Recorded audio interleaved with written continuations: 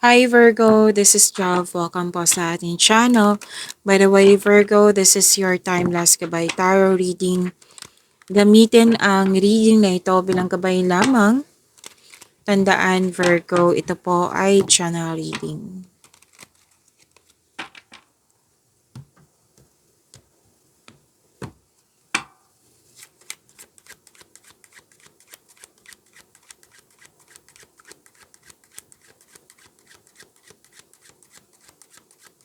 Mga parating po para kay Virgo.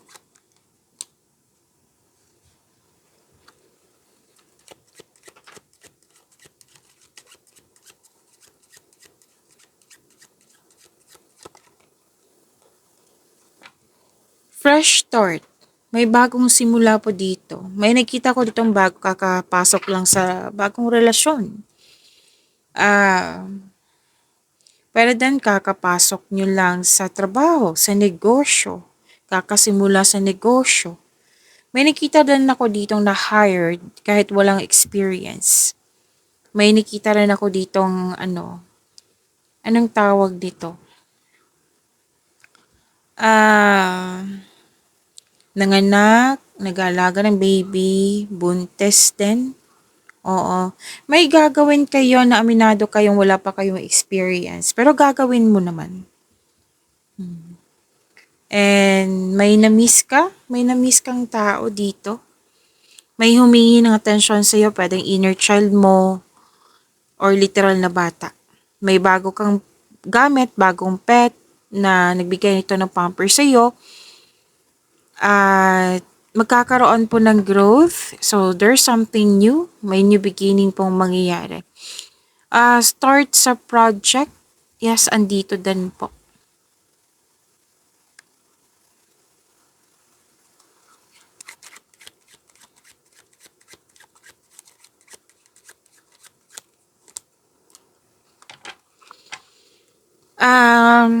Kung ano man tong challenges na na-encounter nyo, maging matatag. Kasi magiging maayos din po ito. So, magkakaroon ng stability, pwede sa emotion to, sa mga ginagawa nyo dyan. So, may pag-uusap tungkol sa long-lasting. So, objective reach with effort and sacrifice, may pag-uusap din tungkol sa hometown.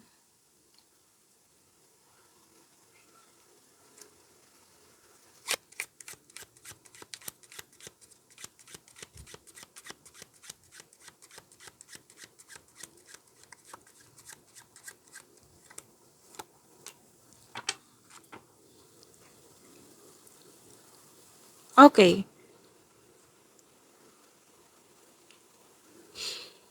Di ba sinabi kanina kung ano man itong mga challenges na ito? Maging matatag kasi maayos din po to. Magkakaroon din ng stability. Kasi dalawang chord po mismo nagsabi dito na pwedeng na bad mood ka kasi may nangyari na hindi pa buo sa'yo. Pwedeng na-trigger yung anxiety or depression po ito na sabi ng yung card tulungan ng iyong sarili. Kung hindi mo matulungan yung sarili mo na sa tingin mo hindi mo kaya, then seek help. Sinabi naman po ng card dito, this shall pass. So, a temporary state of mind, ma-overcome niyo rin po ito.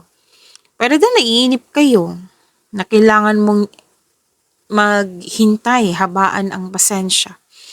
So, may loss of connection ako nakikita dito na nakikita ko yung pagsisisi.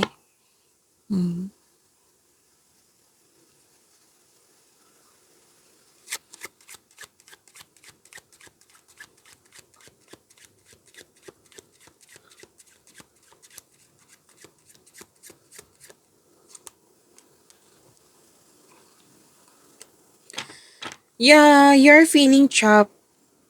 Para ka nakatali sa isang bagay, sa isang sitwasyon, or sa isang tao. You feel restricted, loss of freedom, or unable to express yourself. Again, unable to express yourself. Ang sabi dito, pwedeng nabibigatan ka sa obligasyon mo na maraming nakadepende sa'yo. Andito pa rin yung loss of connection.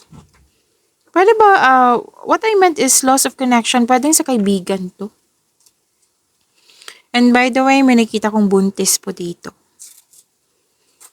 So, kailangan po dito na acceptance and release. Kailangan mo ng freedom eh. Kailangan magkaroon ng recovery. Kailangan din magkaroon ng balance, lalo na sa inyong emotion.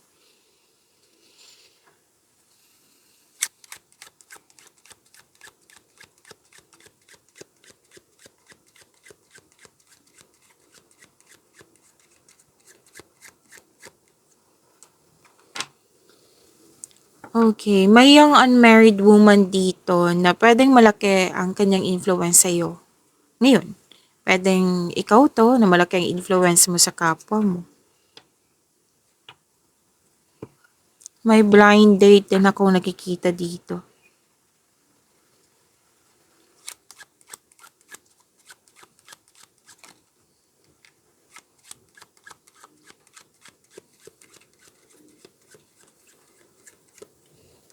Maraming iniisip, nagmuni-muni. More on planning to eh. Ginagamit mo yung talino mo. Kasi gagawa ka ng desisyon. This is the thinking process. Pwede din nag-self-study ka, nag-meditate ka on your problems, digesting information. This is a form of daydreaming. So, gagawa ka ng plano kasi gagawa ka ng desisyon.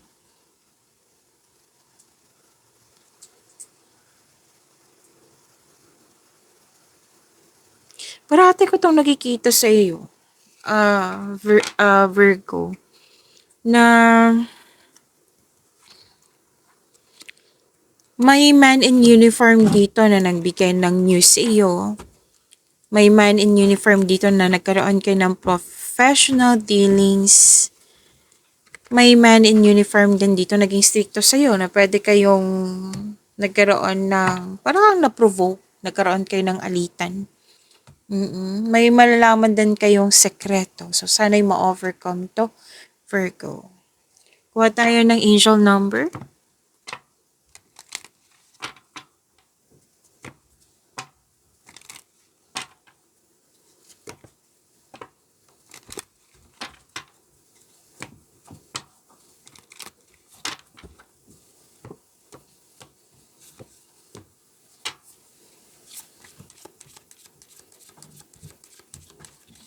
Angel number para kay Virgo. Angel number 2525. Sabi po dito, spiritual insights. Seek deeper spiritual insights. They will illuminate your path forward. So, makinig kayo sa inyong intuition. Kasi may,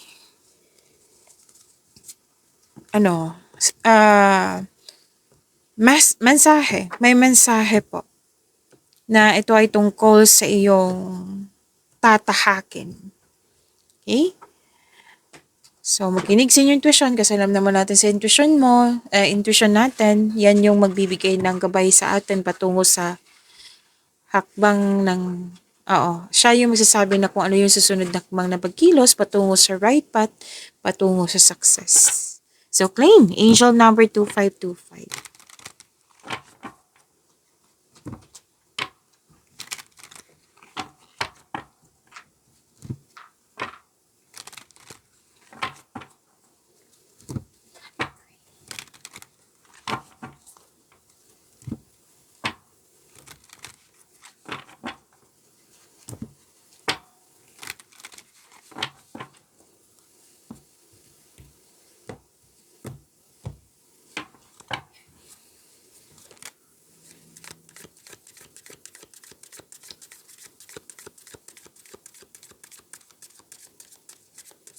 Energy para kay Virgo. Ay, wow.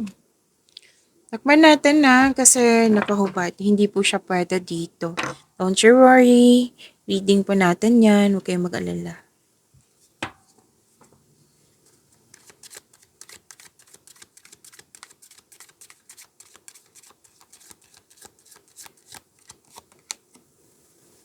Takpan din natin. Again, takpan natin kasi nakahubad. Hindi po siya pwede dito. So, i-reading natin yan, of course.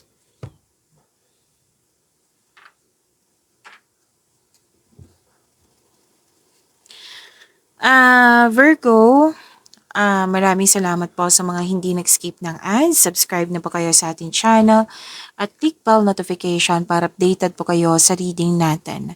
Para po sa mga gusto magpa-reading po, comment po kayo ng personal reading and check my reply sa comment section.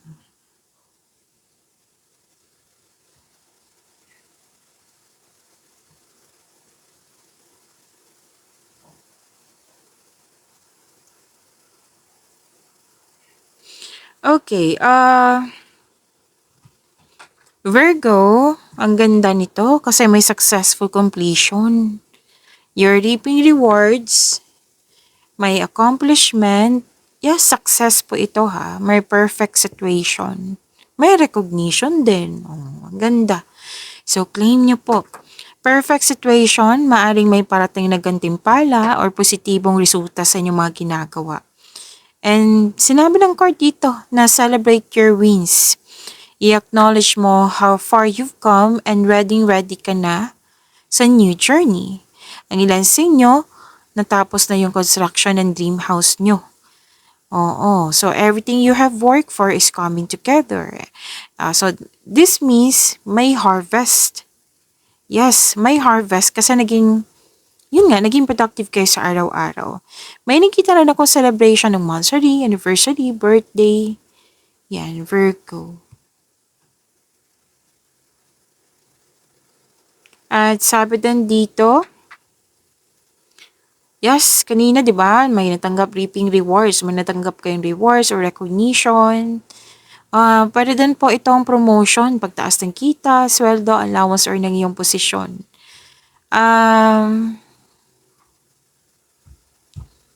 Yes, makaka-receive din kayo ng positive review. May graduation pa ba ngayon? Or any kind po. Basta pagtatapos, achievement, pagtatapos. Kaya nag-celebrate po kayo.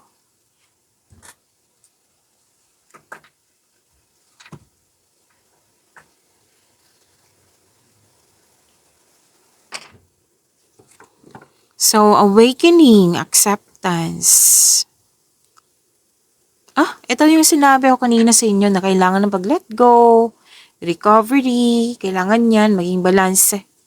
May self-assessment dito. So, this is transformation. May parating na paghahatol or may pagbubunyag at may magsasorry sa'yo. Diba? Sinabi kanina na may magsasorry. And this is also means accept and release your past para maka-move forward na kayo. So, may pagkakamali kasi yung tao. Actually, sinabi ng card nyo dito, dalawang kayong nagkamali. So, accept your mistakes as well sa person na ito so you can successfully let the past go. Or di kaya'y may babalik po na tao na dating malapit sa iyo, na babalik po siya para humingi ng tawad. Dating malapit sa iyo, nagkaroon kayo ng loss of connection. Ito na. Yung sinabi kanina pa ulit-ulit ng loss of connection. Nag-clarify po siya sa tarot cards mo. So, acknowledge for your success is coming. May parating dito, lalo na sa financial. Yes, magkakaroon po ng financial growth. Claim.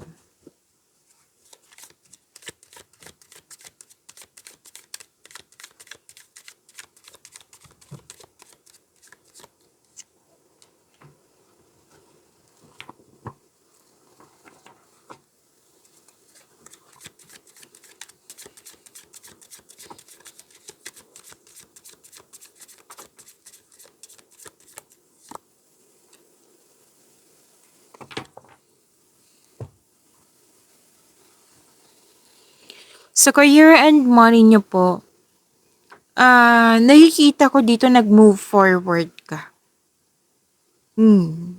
Moving forward sa pwedeng change career ito. Basta may gagawin kang movement. Pwede din naman hindi aalis. May gagawin lang kayong movement, action, kasi you want growth. Kasi kung magsastay ka, walang mangyayaring growth. Masyadong slow or walang mangyayaring growth. Binigyan mo to ng action kasi you want growth and you want freedom. Yeah, so this is an action ha, hindi lang siya puro isip. Binigyan mo siya talaga ng action.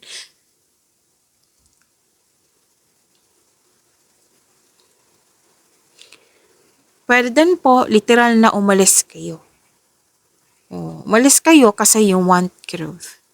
So, sinabi ng card, di ba? Action. Hindi lang siya pag-isip, kundi action.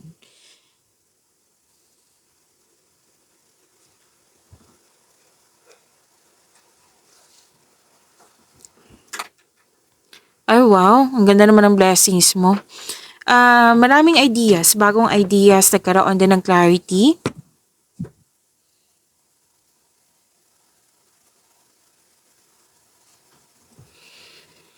Okay, nagkaroon ng bagong insights and clarity kung paano pa i-improve yung kaperahan mo, project mo. Sign din ito sa mga gustong magsimula ng negosyo na mag-level up sa trabaho. So, dalawang chord na po mismo nagsabi dito na gagawa kayo ng paraan para magkaroon ng growth and expansion sa inyong career and money. Ang ganda nga nito kasi new ideas. Ideas, andyan kasi yan eh.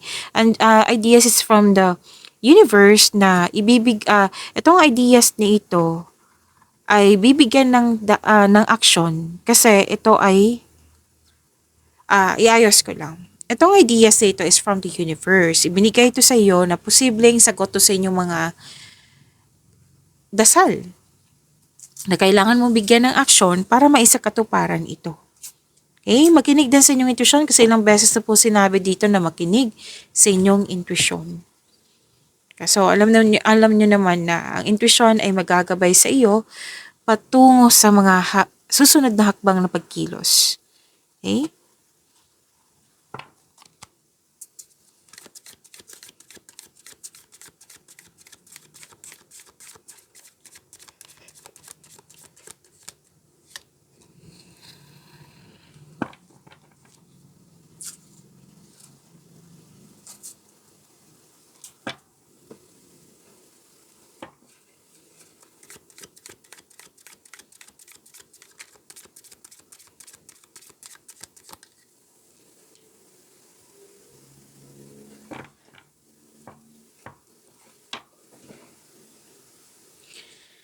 Virgo, huwag niyong kalimutan na mag-subscribe sa channel natin at i-click yung bell notification para updated po kayo sa reading natin. By the way, Virgo, nag-offer na po ako ng rush reading. Kung gusto niyo po, comment down personal reading at antayin niyo po yung reply ko.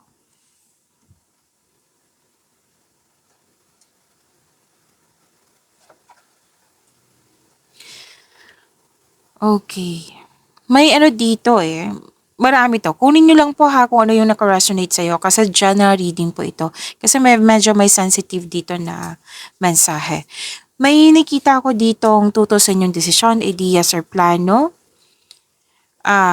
Pwedeng third person na kisawsaw, nangingialam, or a third party concern. Oo, na-disappoint ka. So, sabi ng yung cord, na kahit hindi ka komportable sa sitwasyon na ito, you must process this kind of emotion. Oo, na kailangan magkaroon ng healing. Mag-move forward kasi may new direction naman ako nakikita dito. Kailangan kasi ng acceptance and free yourself from this kind of emotion.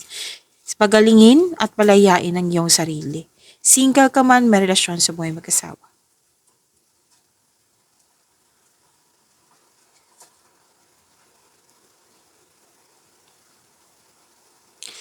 Okay, so sa mga single, some of you nag-decide dito na ayaw mo pa ng commitment.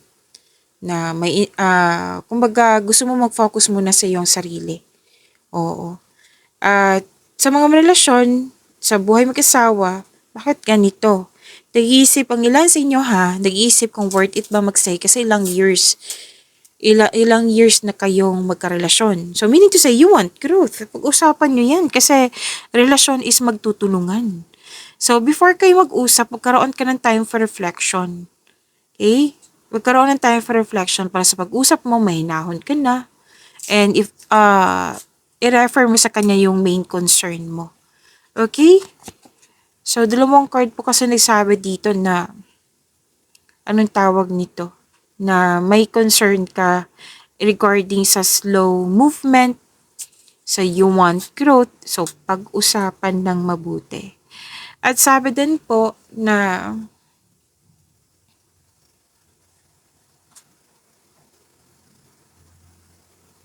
okay. Oh, may go signal naman dito. Kasi I think hindi kayo nag-uusap ng maayos or wala kayo. Yung kumbaga ang main concern is lack of time. Walang panahon sa para mag-usap, ganun. So may go signal dito na ito na yung panahon na mag-usap kayo ng mahinahon.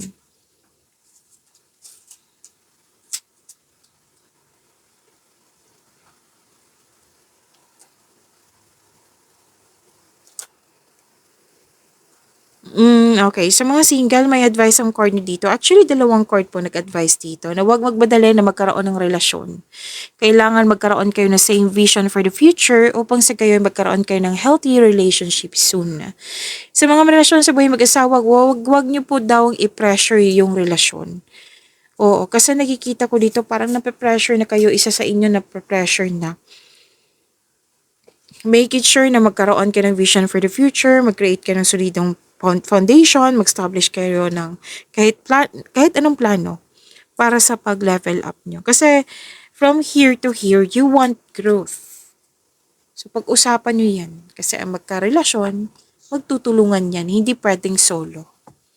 Pagimanin nyo po yung blessings na binigay sa inyo. Virgo, see you tomorrow. Maraming salamat.